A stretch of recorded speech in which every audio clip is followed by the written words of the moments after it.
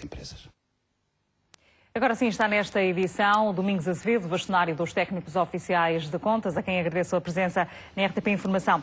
Começo por lhe perguntar se acha que o acordo que a maioria conseguiu com o PS para que esta votação final global conseguisse a aprovação do diploma da reforma do IRC é bem-vinda e vai trazer benefícios? Eu acho que é bem-vinda, mas atenção, esta redação final que hoje foi votada na Assembleia da República é uma versão completamente diferente da versão que saiu da Comissão. E uma carga excessivamente economicista, de uma visão economicista da reforma do IRC que tinha a anterior proposta, em manifesto e indiscutível sacrifício da maioria do tecido empresarial português, que eram as pequenas e médias empresas, diga-se em abono da verdade, nesta redação final surge exatamente completamente diferente. Ou seja, numa primeira versão nós tínhamos praticamente ignoradas as pequenas e médias empresas, reservando-lhe apenas um aumento de um PEC de 1.000 para 1.750, ou seja, um aumento de 75%, reservando-lhes um sistema de tributação, de algum modo que lhes vinha agravar a tributação neste domínio, e agora com o limiar, ou seja, baixamento do limiar, que sempre foi uma aposta, diga-se a boa da verdade, de quem contestava este documento, um tratamento positivo, diferenciado, para os pequenos e médios rendimentos.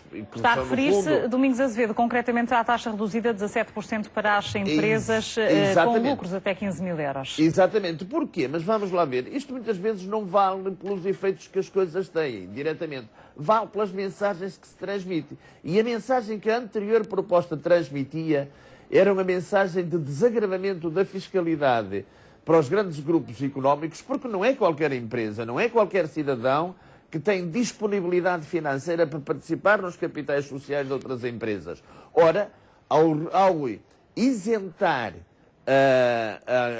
de mais-valias a alienação das partes sociais, estão a permitir que as empresas fiquem com muito mais disponibilidade financeira. Ora, a compensação da perda, a aplicação da participation exception vai, indiscutivelmente, em algumas áreas, trazer também diminuição de capacidade financeira, perdão, de recolha de valores. Ora, a ideia que ficava no anterior projeto era que tudo isto ia ser suportado pelas pequenas e médias empresas, na medida em que se mantinha todo o sistema anteriormente em vigor, acenava-se com uma falsa bandeira de dizer vocês não vão ter pagamento especial por conta, não vão ter tributação autónoma, numas áreas em que muito dificilmente elas tinham matéria de substância para poder aplicar essas mesmas isenções. Ou seja, uma pequena empresa não tem ajudas de custo. Uma pequena empresa que chega até ao final do ano e vende 200 mil euros, muito dificilmente tem despesas de representação. Agora, uma grande empresa convida os seus clientes da Alemanha, convida os clientes do Algarve, para às vezes verem instalações ou fazerem negócios. Essas sim têm despesas de representação. Essas conseguem alguns benefícios, mas neste texto final, como o senhor fazia questão de mencionar, este texto final, é mais positivo, sobretudo para as PME, ou poder-se ter ido mais longe? É mais positivo. É um texto que vem trazer alguma justiça e equilíbrio no esforço financeiro que é solicitado às empresas portuguesas para o reequilíbrio das contas públicas e dá uma imagem de preocupação global e não uma imagem setorial de preocupação apenas com alguns problemas de alguns grupos económicos portugueses. Poderia-se ir muito mais à frente? Acho que sim. Acho que sim. Olha, por exemplo, uma das questões... Dou um exemplo, por exemplo, não se equaciona o funcionamento da nossa justiça, por exemplo, nas relações com as empresas. Não se questiona, por exemplo, a coexistência pacífica de autênticas negações no nosso sistema fiscal no âmbito do IRC, a coexistência entre um imposto que tributa o crescimento da riqueza, que é o IRC, tributa aos lucros, e que funciona em paralelo com um imposto, com uma tributação autónoma, que é um imposto sobre a despesa. Quer dizer, eu tenho um imposto que tributa os lucros e depois converto esse mesmo imposto numa tributação da despesa. A tributação autónoma em Portugal é assim uma espécie de negação de existência do próprio imposto. Mas Para além disso, há um outro tipo de questão muito importante, é que era necessário repensar o IRC noutra forma, numa forma mais amigável das empresas e mais amigável dos sujeitos passivos.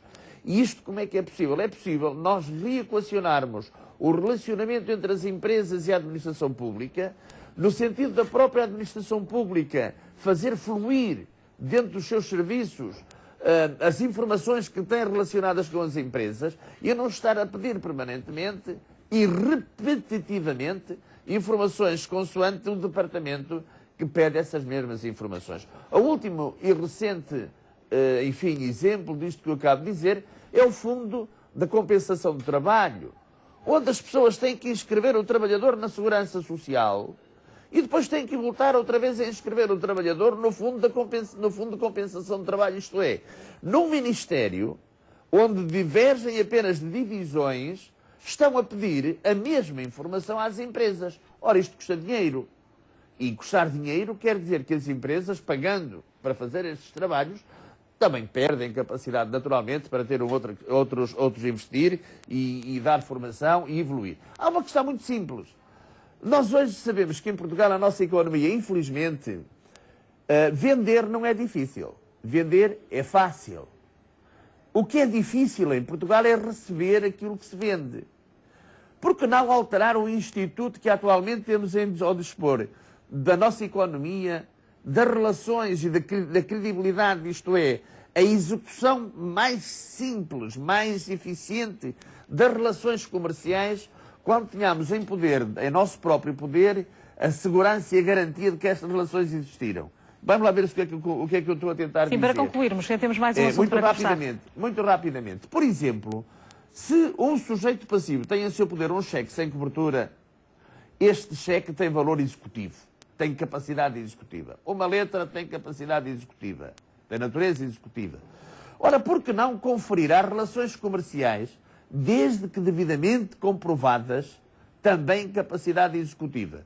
De certeza que acabava com alguns hábitos maus que nós temos na nossa economia e de algum modo instalados na nossa sociedade, em que existe sempre dinheiro para tudo, menos para pagar a quem se deve.